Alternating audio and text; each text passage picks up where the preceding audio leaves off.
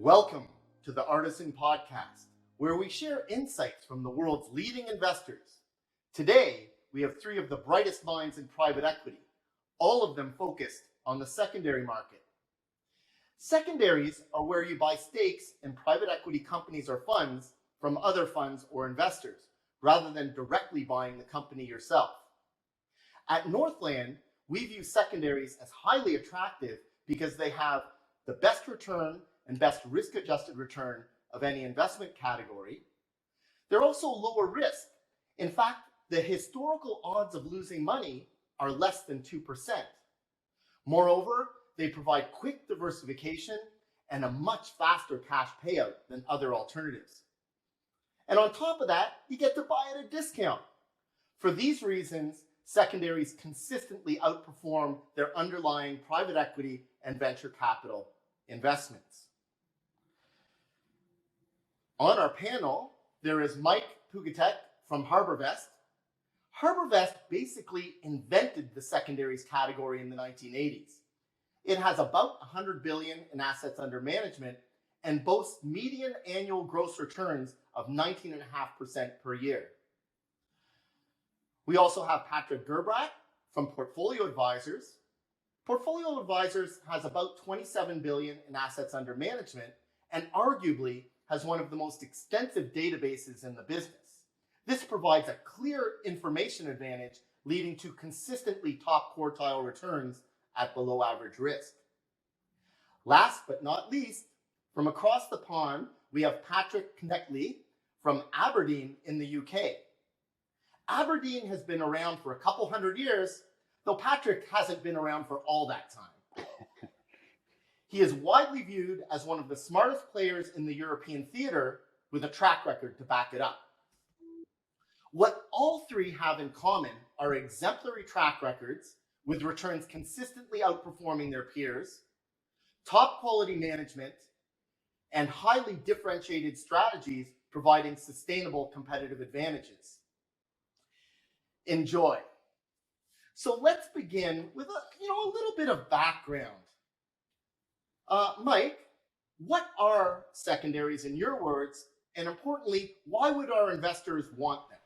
Sure. Thanks, Joe. So secondaries, and you touched on this a little bit, but simply put, are really just a byproduct of the primary market. If you think about the primary fundraising market for private equity or alternatives, by definition, private equity is an illiquid asset class, and so the secondary market is really a means for investors in what is otherwise an illiquid asset class to be able to generate liquidity. Certainly, investors typically go into private equity funds with a long-term horizon, not expecting to need to generate liquidity along the way, but there are reasons, situations change for certain investors where there might be a rationale for seeking early liquidity from those investments. The secondary market today, it's grown dramatically over the years. Really got its start in the mid 1980s. As you mentioned, today has grown to what was last year estimated to be north of $130 billion of annual deal volume within the secondary industry. So limited partnership stakes or GPs, general partners, working with secondary buyers to move assets out of their portfolio into continuation fund transactions. So significant growth that we've seen over time in that market.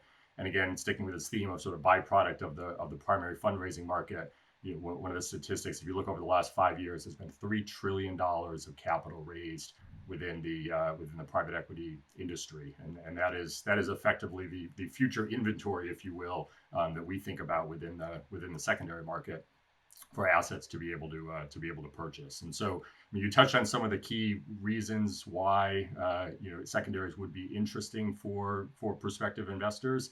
Certainly buying into more mature assets, so companies and assets that are further partway through their investment periods, therefore closer to liquidity. Secondaries offer a great opportunity to build diversified portfolios, particularly for newer investors into the asset class, to be able to gain meaningful exposure to a large portion of the private equity market, including backwards-looking diversification, because we're typically buying assets that have been around for a number of years. Get capital to work quickly, get capital back more quickly, and then lastly, as you mentioned, it is also a lower risk strategy in terms of investing within the private equity markets. Okay, now on to you, Patrick G. Let's get to the question on everybody's mind. How are we going to make money in 2022? Or at least how do we keep from losing money? What are the key strategies?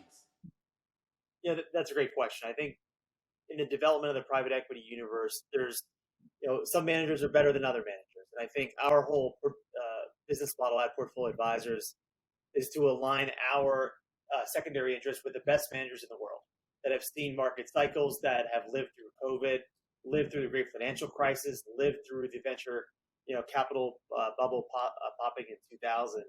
And it's a long duration asset class. Valuation multiples change over time. They expand and they come back down to earth. But what you're ultimately looking to do when you enter the private equity world and trusting these managers to drive value is aligning your investment portfolio with top flight managers managing the best companies and driving revenue and earnings growth. And if you do that for years into the future, even if there's an interim impact on people's secondary portfolios or private equity portfolios as a whole, as valuations come down, if you drive the top line and bottom line for an extended hold period, that's going to drive return for you as an investor. So, it's not a short-term asset class. You don't try to trade out of it if the markets, move down temporarily. Historically speaking, secondaries was viewed as a counter-cyclical asset class. And so when times are distressed or higher, when people are in need of cash, that's classically one of the best times to invest in secondaries, as discounts typically gap out on you and creates a really attractive time to build out a portfolio in secondaries. So again, long duration asset class, the best managers have seen this before. All of us on the call here, I could safely assume we've all seen this before, and you really want to be opportunistic as you continue to deploy capital. And Patrick K., how about yourself? What are kind of the key sectors or geographies or strategies that you're employing right now? It's a pretty difficult market. Yeah, that's right. It is. And I think, we are seeing a little bit of not necessarily a hiatus, but there's a bit of a pause in the secondaries market as we get these periods of dislocation, as valuations come off, historic highs last year. It takes a little while, given the private equity reporting cycle on a quarterly basis, for that to kind of work through the system. But as Patrick G was saying, we're in a similar position. We favour top quality managers, top quality assets. That's kind of what we like to gain exposure to. And right now, that is good downside protection as well, is investing in good quality assets, good quality managers who can navigate through some of the difficulties that are coming up. During COVID, another period of dislocation, we were very heavily focused on healthcare and tech businesses, those areas of the economy that we didn't see as being so badly affected or even being helped by the sort of global health crisis. And that worked really well. I think, again, sort of Patrick touched on this, but secondaries do tend to do well in a time of dislocation. And I think for us, again, what this means is over the last few years, the secondary market has developed hugely from, say, 20 years ago when I first started. It was mainly banks selling and high net worth selling into the secondary market. We were always saying at that time, eventually pension funds will use the secondary market to manage their portfolios, manage risk, rebalance their portfolios. That's what they've been doing for the last 10 years. That's what they will continue to do. And in a period of dislocation, interest rates, capital market changes, as they are right now, they have to rebalance their portfolios. And so, we are expecting good opportunities to come through in that space, as well as all the new areas, innovation. Secondaries has been extremely good at innovating.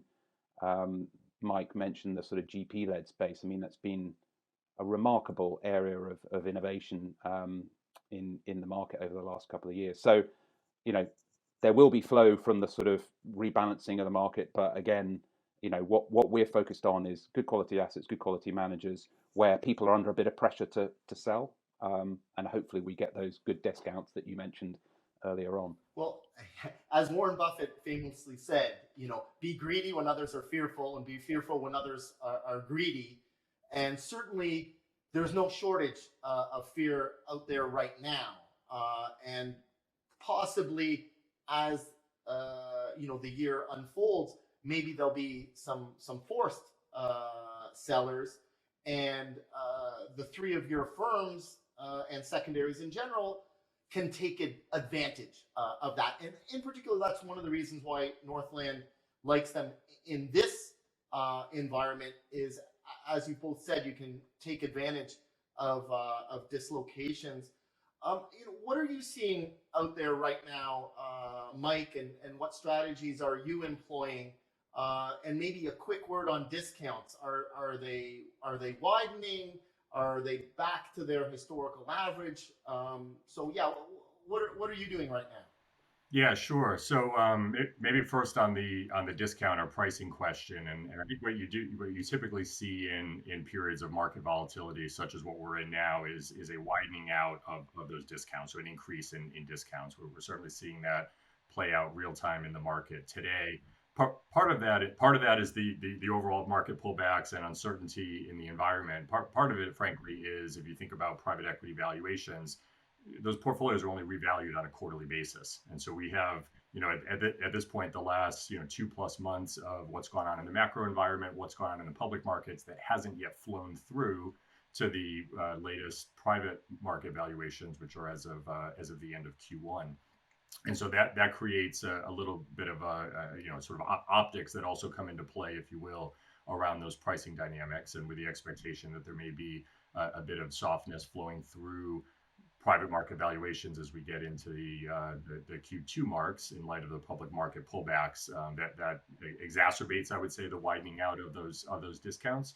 But certainly we are seeing that in the market today. I mean, Patrick touched on this earlier in terms of I would just say, maybe a little bit of a pause in terms of market activity. Some of that is around just bid-ask spreads, frankly, widening out in light of those discounts that are increasing. There are certainly still sellers that, for other non-economic reasons, need to divest, need to sell at a particular moment in time. I think others may wait, may take a little bit of a pause in the market for the next several weeks, the next month or two, before deciding to sell a portfolio. But certainly the pent-up demand, if you will, or backlog around market opportunities is there. And to transition to the first part of your question, it's there both on the GP-led side of the market and with respect to LP interest. And so maybe first on the LP side, we are seeing pressures that the institutional investors who may have been bumping up against their private equity allocation caps internally, that are starting to breach those caps or run right up against those self-imposed limitations. That will require a need to rebalance their portfolio, sell down some private equity that may be in a traditional regular way sale. One of the things that at HarbourVest we find very attractive in these market environments is opportunities to create bespoke structured liquidity solutions with large holders of private equity fund positions. Essentially, I think a joint venture type transaction to allow a counterparty, a seller, to transfer exposure off of its balance sheet into a newly formed vehicle that HarbourVest would invest in, provide some of that initial liquidity, and then be invested and share cash flows and distributions coming off the portfolio, sometimes in a differentiated way on a go-forward basis. So that's certainly a key theme in the LP market. And then on the GP-led side, and I'm sure we'll talk more about this as we get on in the conversation, but no shortage of opportunities with general partners who are looking at, frankly, some of the uncertainty in the current environment, an IPO window that is largely closed today. And they look at opportunities to partner with secondary buyers to move some of their best performing assets into a newly formed continuation fund, create an exit event, create an opportunity for liquidity for their existing investors in their funds, but continue to retain exposure to what they view as some of their most attractive portfolio companies on a go-forward basis in partnership with a secondary buyer. So think about it as sort of an equity recapitalization, if you will, of their exposure in certain portfolio companies by providing liquidity to existing LPs and providing very attractive investment opportunities to secondary buyers. I know for me, I was at a long short hedge fund during the bursting of the tech bubble, 2000 to 2003. And I have to tell you, the current environment is extremely reminiscent. Whether it's the valuation, whether it's the concentration in public markets going into this, the exuberance, the amount of capital flowing, the number of non-profitable companies. So what kind of similarities and differences do you see from that bursting of the bubble in 2000, 2003? And how does that affect your purchase of secondaries in venture capital funds versus private equity funds? Maybe we'll start with you, Patrick G. Sure. I think definitely some similarities is the compression of multiples. That is definitely, echoes of other previous corrections that we've all experienced in our, investing career. I think when capital is cheap, I think a lot of companies lack discipline. It becomes a market share game of using funding rounds to go out and buy share out in the market. And at some point, the music stops and you're stuck with trying to figure out your business model when you can't raise multiple $100 million rounds to be, aggressive in the space. So I think, as we look forward and look at opportunities today, what we're really looking for is efficient growth. Companies that are very cash flow efficient, that have large amounts of cash on their balance sheet, that actually can use this dislocation to their advantage. That if you have a cash runway of 280 months, which is literally one of the companies in a portfolio we took to our investment committee in the last few weeks, you can use that to go out and acquire some of your competitors that maybe don't have the cash flow profile and the money saved up that you do. And so, for us, we use that to our advantage. That the bar, I'm sure for all of us on this call right now, is really high, and we reject 98% of what we see. And even if prices gap out, there's times when it's not going to be a large enough discount to take on the risk reward in the portfolio. But there's also in times like this, market irrationality, when sellers just want to get out of growth or get out of venture. And then if you do your homework and do your proper valuation work and have calls with the general partner and understand the portfolio of companies, you can find opportunities where the discounts are large enough where the risk reward really makes sense. And you're looking at reasonable downside scenarios, and we all need to be thinking about downside scenarios if multiples compress more. How's that going to impact the portfolios you're evaluating? But I think compared to 2002 venture crash, where a lot of companies were really early in their growth, and it was more of an idea than a legitimate company, the fact that so many companies have been staying private longer before going IPO, where they have 50, 100, 200, 300 million of revenue, they might have a couple hundred employees, they're way past the point of being a binary risk, and a lot of these companies have no debt on their balance sheet. And so even if growth drops from 60% to 45%, let's say for an example, because they're trimming some investment in get out to market approaches, that still can be an attractive company if your hold period's long enough. Because if your valuation multiple you're buying in at is correlated to how far in the future you're buying revenue, and or earnings, eventually you're still going to come out of that with a high value company or portfolio of companies that you can have the opportunity to buy. So again, discipline's very important. The bar is very high for us right now at Portfolio Advisors. But again, we're trying to be aggressive in spots where some people are exiting the market, where we'll go in if we have an information advantage. Very interesting, very impressive. I think this idea of being disciplined and sticking to your proven strategy makes a lot of sense, because what you consistently see both in times of exuberance and turmoil is many lose their heads. And so to be able to say, oh, we're not going to just shy away from tech, say, yeah, at the right price with the right company, will not only be involved, but those companies themselves can also take advantage of the turmoil. Mike, in 2 or 3 minutes, do you have anything to add to that? Basically, we're talking about similarities and differences versus the bursting of the tech bubble in 2000 and what that means for your venture capital strategy. Yeah, I mean, I think Patrick had a lot of good comments. I would agree with with all of what he said, and certainly your opening comments, Joe, that there are a lot of similarities. I think there are also some differences as well, right? And certainly the market environment we saw in the .com bust during that period of time and subsequent recession was largely a tech driven, valuation driven event in the markets, and other factors that led to a recession following that. The current environment we're seeing is different insofar as we're seeing the valuation multiple pull back across all sectors.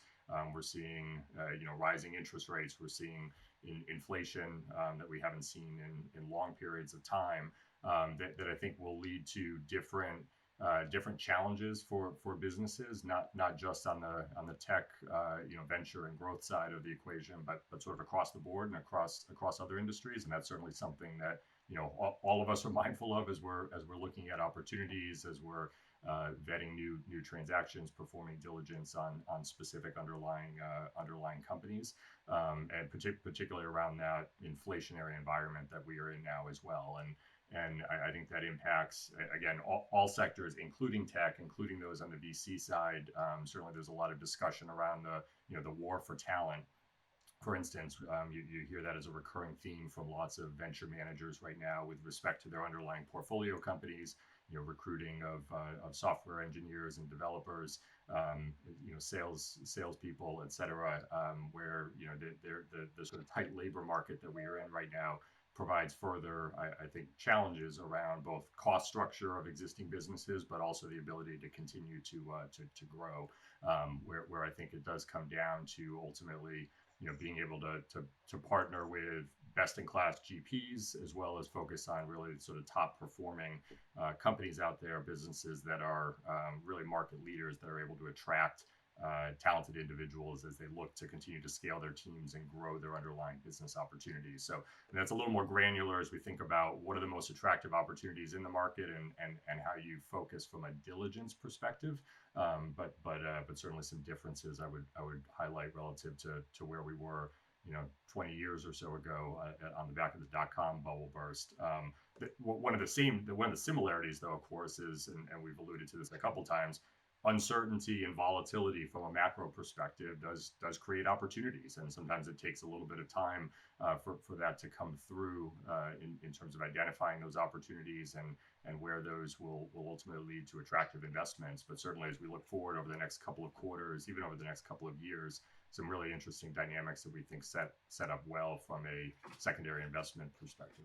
Yeah, absolutely. And you raise an interesting point, Mike, and maybe we can have Patrick speak to it. That if we look at the 2000 to 2003, the macro backdrop was very deflationary, and we were seeing falling rates, which intermediate term ended up supporting valuations. Patrick, what do you see as the impact of this more inflationary environment where we have rising interest rates?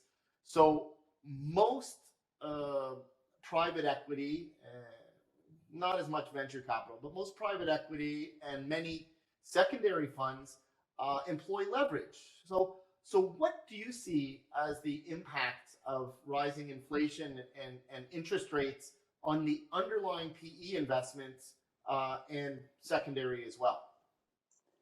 Yeah, this is a pretty big topic, right? And we're trying to sort of fork through all of the different aspects of that. I think when we speak to our managers, so the private equity managers who are day to day on the boards of these businesses, managing these businesses,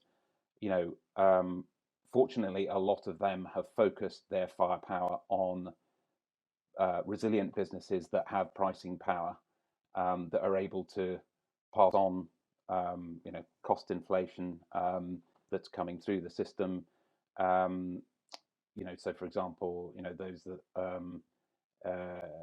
well, I suppose it's a difference from maybe 20 years ago, actually, that a lot of the private equity managers are less generalist and much more sort of deeply integrated into their sectors and subsectors, where they have proper operational expertise in managing these situations. So, as I say, pricing power, and kind of adapting the different models of the businesses that they're invested in over time. So I think that's probably the first point. Clearly, there's an impact on valuation, which we're seeing most acutely in the tech space, and in particular in the sort of non-profitable businesses. Again, we think, as the other guys have said, there's it's been a huge change over the last 20 years in terms of software, for example, has just grown to something enormous. What is the quote? Software's eating the world. And there's a lot of resilient businesses out there, recurring revenues, mission critical software, that will still prove to be very strong businesses to invest in, to have exposure to. The question is, where does the valuation of those businesses end up? And we are seeing that those, I don't know, boring tech, more resilient tech businesses, software businesses, have held up much better than the more sort of cash burning, unprofitable businesses, that the likes of the really big investors like SoftBank and Tiger Global were investing in and pouring money into. So I think it is trying to fork through all of those different aspects, the sort of noise of the overall market, and figure out kind of where is the best places to play. But that is, again, the beauty of secondaries is that you can touch and feel the assets and figure out what's the current valuation. Is it over is it overvalued right now? Is it fairly valued? And then we apply whatever discount or price we feel is appropriate for that.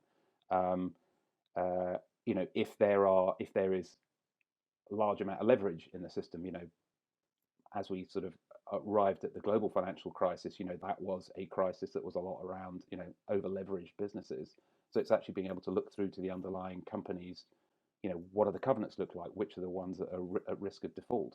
Again, managers have learned their lessons from the global financial crisis. Generally, there's a lot of cov-light leverage packages in these businesses, so we have a reasonable degree of confidence that the managers we're invested with should be able to navigate through this.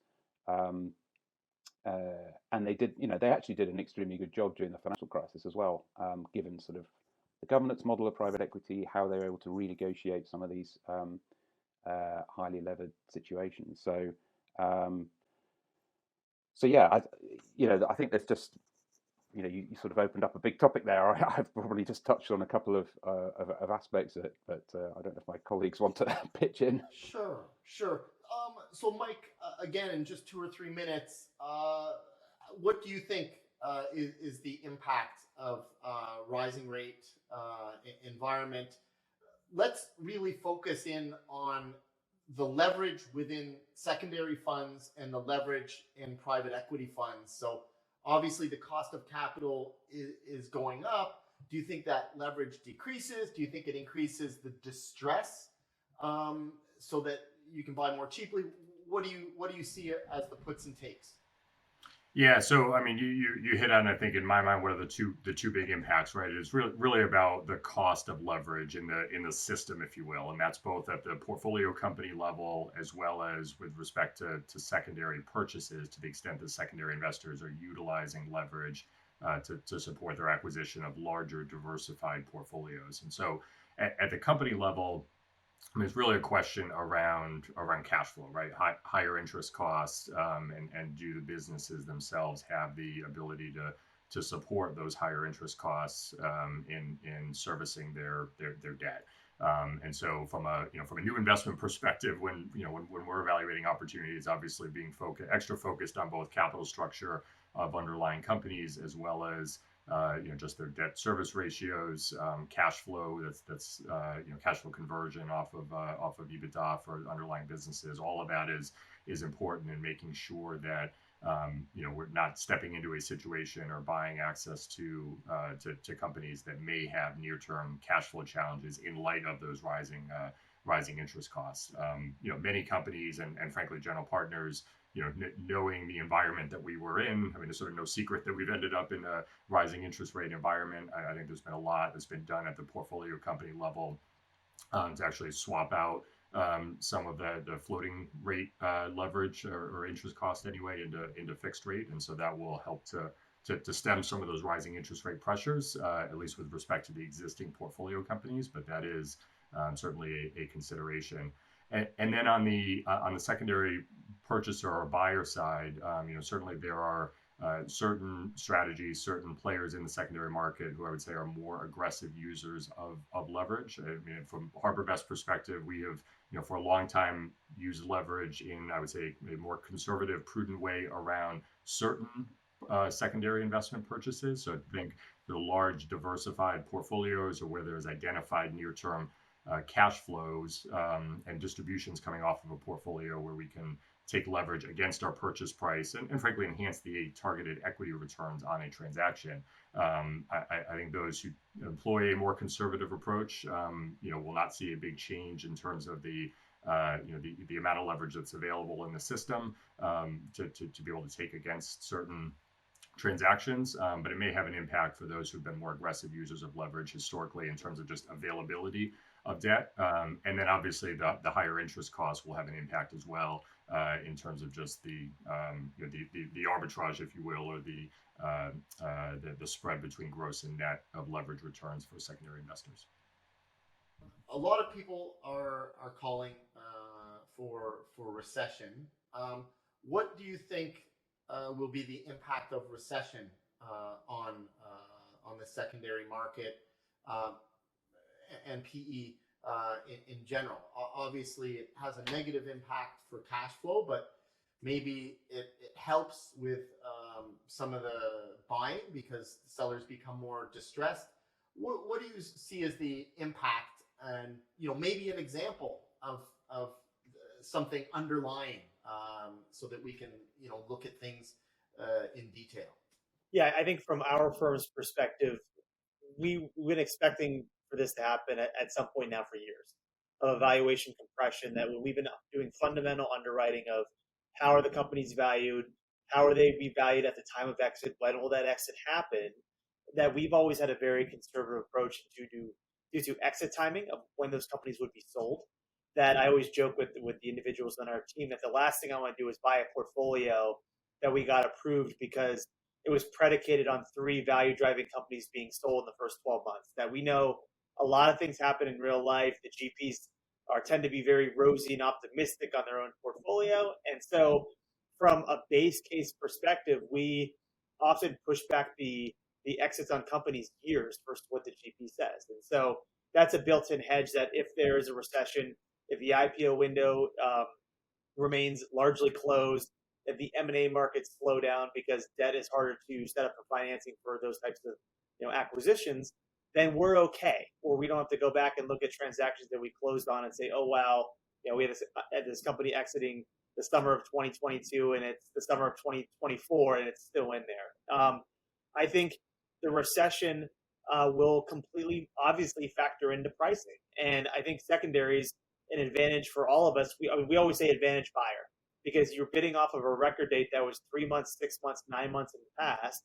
And that look back ability is very important of saying, okay, in the last half year since the record date, how are the companies performed since the record date?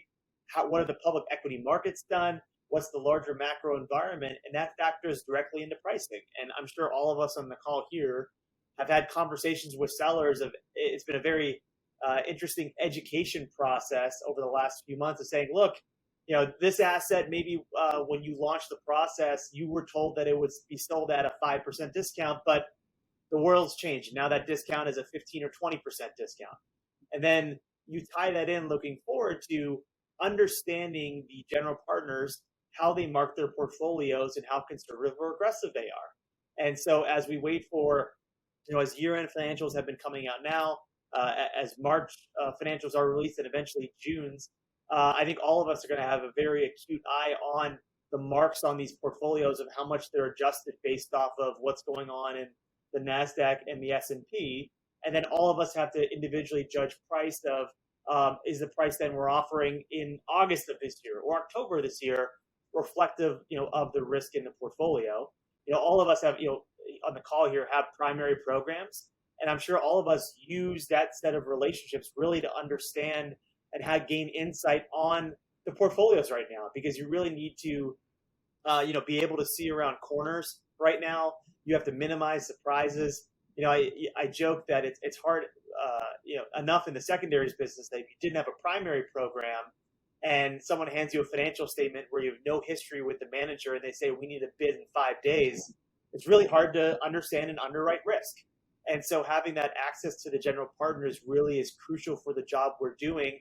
And we're constantly tacking in our pricing based off of the company level, the fund level dynamics, and then the larger economy. And we'll adjust as more information comes to light, as the Fed increases rates, as expectations change. If a recession gets closer and closer, do we see some negative GDP quarters, then that will be reflective in price. And that's why it's really attractive. And you led off the top on it's as a whole, we've really proved as an industry it's hard to lose money in secondaries. And that look back ability and the ability to buy assets at a discount, to have a buffer in times of a crisis and while things are moving, I think is crucial to preservation of capital that our industry has proven that we can do on top of the consistent returns we've been able to generate for investors. Very interesting. Very interesting. And I was just wondering, Patrick K., maybe you can speak to what this means, for Europe. I mean, arguably Europe's already in recession.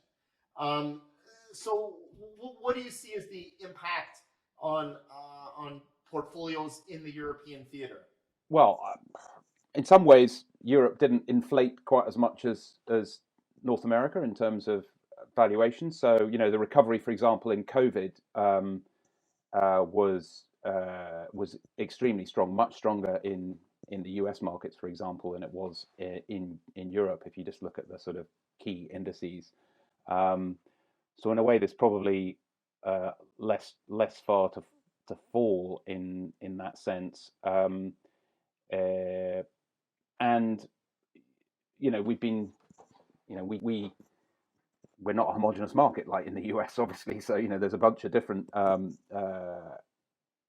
countries within Europe that are sort of traveling at different speeds.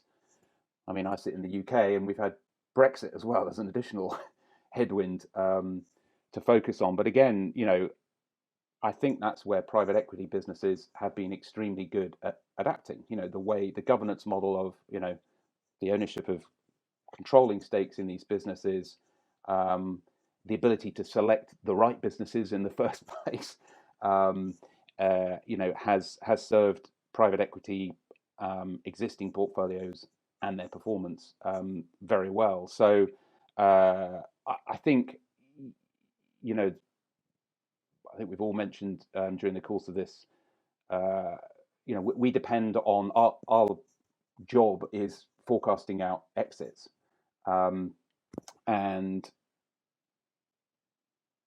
we've been through a fantastic period of time where kind of all exit markets were open, strategic buyers, financial buyers, IPO markets, a whole load of other sort of structured options for people to get money out of these otherwise illiquid portfolios. IPOs are getting more difficult. We still are seeing, some activity in that space in localized markets. In the Nordics, for example, it's been absolutely remarkable what, relatively small businesses that have been able to list on the Norwegian exchange, for example. So it is a bit different to in the US for those sort of country specific reasons. But clearly that is becoming more challenging now that that IPO aspect. One of the things that you're hearing is the leveraged loan market in Europe has been effectively shut. It's still open in the US, just the cost of leverage is going up, but essentially shut in Europe. Is there an impact of this market in terms of the underlying private equity firms, and how does that impact your secondary fund? Yeah, I mean, it affects the circulation of cash, obviously, and reduces the ability to exit to another financial buyer, for example. So it's a bit difficult to say whether that's just a sort of pause as people kind of readjust right now, or whether that's a sort of a more sort of medium term effect. But you're right. I think we are hearing that anecdotally, that particularly for the larger deals. I think at the sort of large mega end of the sort of buyout space, that there is a sort of some indigestion, shall we say. Less so at the sort of smaller end of the market, where we tend to focus. Our platform on the primary side, as well as on what we're doing on the secondaries, is mainly sort of mid and lower mid market, and so kind of less impact and maybe some other options in terms of financing some of those businesses. Okay, and Mike, the SEC is discussing increased disclosure from secondary funds. And in particular, one thing that they're mulling over is the requirement that there is a valuation opinion on all GP transactions. Now, as you and I both know, GP, so general partner-led transactions, have been increasing market share. They're large, they're highly complex, which decreases the number of players that can be involved, which increases the potential returns. So in 2 or 3 minutes, can you speak to the likelihood of this requirement for a valuation opinion coming through, and what do you think will be the impact on the secondary market because of that? Yeah, it's a good question, and the SEC certainly has been looking at these transactions closely over the last couple of years, really with having sort of investor best interest in mind, and inherently with any of these GP-led transactions, the underlying general partner is in a conflicted position. Right, they're both a seller from the existing fund that's creating a realization event, but they are the manager and essentially the buyer with respect to being the GP of the new continuation fund vehicle. And so for that reason, there is lots of disclosure that's required with their existing investors, typically consents that they need to seek from their underlying advisory committees of their various funds, just given that the conflicted nature of that of that transaction. And so the SEC is looking closely at that. One of the suggestions that has come out of it, as you alluded to, is requiring valuation or fairness opinions with respect to all of those transactions. I think that is being done with a subset of the transactions we see completed in the market already today. I think for many large investors in existing funds, so members of the limited partner advisory committees of those funds, they want assurances that there's a fair process that's being run on in connection with the sale of assets, and certainly that the valuation has been third party validated, et cetera. And so I think there's a lot of momentum behind that request or potential mandate from the SEC in the spirit of transparency and fairness. I don't think fundamentally that changes anything from our perspective in terms of just the growth and momentum in the GP-led market. I think it's extra belt and suspenders to give existing investors in those funds comfort that a price around a transaction is fair. But ultimately, the way general partners have typically been running these transactions is to hire an advisor or an intermediary to help with the process, to help market check bids, run some sort of competitive process in any event. And so I do view this as an incremental step that's really about providing comfort to those existing investors, but not fundamentally changing anything in terms of the growth of that market. We've always been big advocates because of our primary business, and I know Patrick would probably agree with this as well, that we preach to GPs that transparency in these deals is key, and making sure that existing LPs and sellers, if you will, have the same level of information that prospective buyers do. because that is important to make sure that everyone feels included in the process, everyone feels that they're being treated fairly, and I think this is just one step to further bolster that. Interesting. And Patrick G, there's thousands of private equity funds and, at least hundreds of secondary funds. What makes your fund different? What are the key benefits of portfolio advisors versus some of the competition? Not Aberdeen or HarbourVest. You guys are all good, but in general, what sets you apart? No, these gentlemen on the call have great secondary programs, so I have the utmost respect for them. And I think when I'm on the fundraising trail, I tell a lot of groups there's not one thing that makes us different, but I think if you stack up a number of our attributes, I think we have a compelling product in the market. I think all of us now, and we're on the fundraising trail also, are stepping into situations where people are building out their secondaries manager roster. And so some groups have exposure to groups that really use leverage aggressively. Aberdeen's a big user of leverage in the space. And there's nothing wrong with that. They have excellent returns. And we try to position ourselves as potentially being complementary to a group that's on the top end of the spectrum that is really focusing on the $1 billion plus transactions. We view ourselves as a middle market, secondaries manager. The first off and the bottom line is returns. I think our returns we're really proud of as an organization. We have consistent returns through different market cycles. I think that's really important to put the investor's mind at ease that it's not one fund is first quartile and another fund is fourth quartile, but we have been able to deliver consistent returns in the marketplace. We are very conservative in our use of leverage, not to say never, but typically we are not using third-party transaction leverage at the time of purchase. What we really focus on is carving out managers we know well from our primary business. And because market volume has increased to 140 billion, there's plenty of opportunities for us to carve out not just $25, $50 million opportunities, but often 100, 200, 400, $500 million opportunities for much larger portfolios. Our approach to fees also, we believe, is differentiated in the marketplace, and our low loss ratios as well. So I think, I spoke about the primary program. Not everyone has it. I know on this call, groups do, and I think we all, I don't want to speak for them, but we believe that's an advantage in the space. So it's one way to cleave the market. Another way to separate the market is the very large players from the medium-sized players and the smaller players.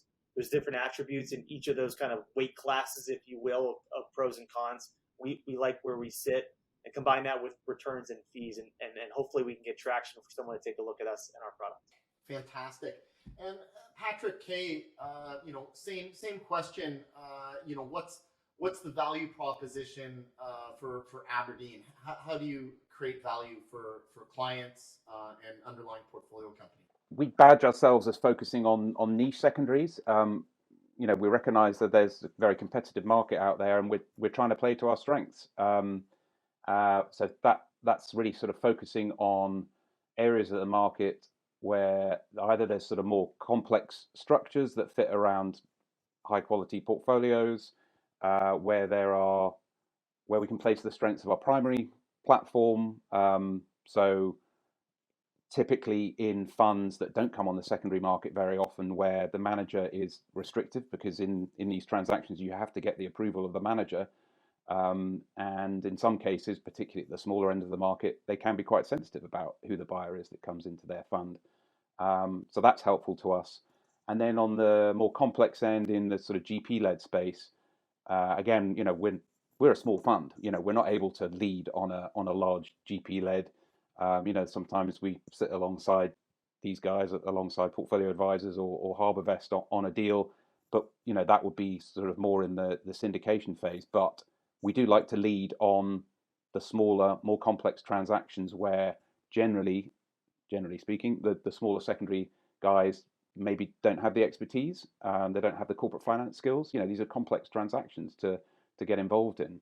But again, we're playing to the strengths of our existing primary relationships with managers, the existing insights we have into assets, as far as possible. For us, that's the filter for the deal. We're all seeing huge amounts of deal flow coming in. The first thing that really decides whether we work on a deal or not is, do we know the situation well? What other experience and insights can we bring to bear to help us win the deal and underwrite the assets? So yeah, I think it's identifying what we see as those sort of niche areas where there's less competition. Ultimately, that leads to buying better pricing and securing those better returns. Mike, how about you? What would you say is the sustainable competitive advantage of HarbourVest?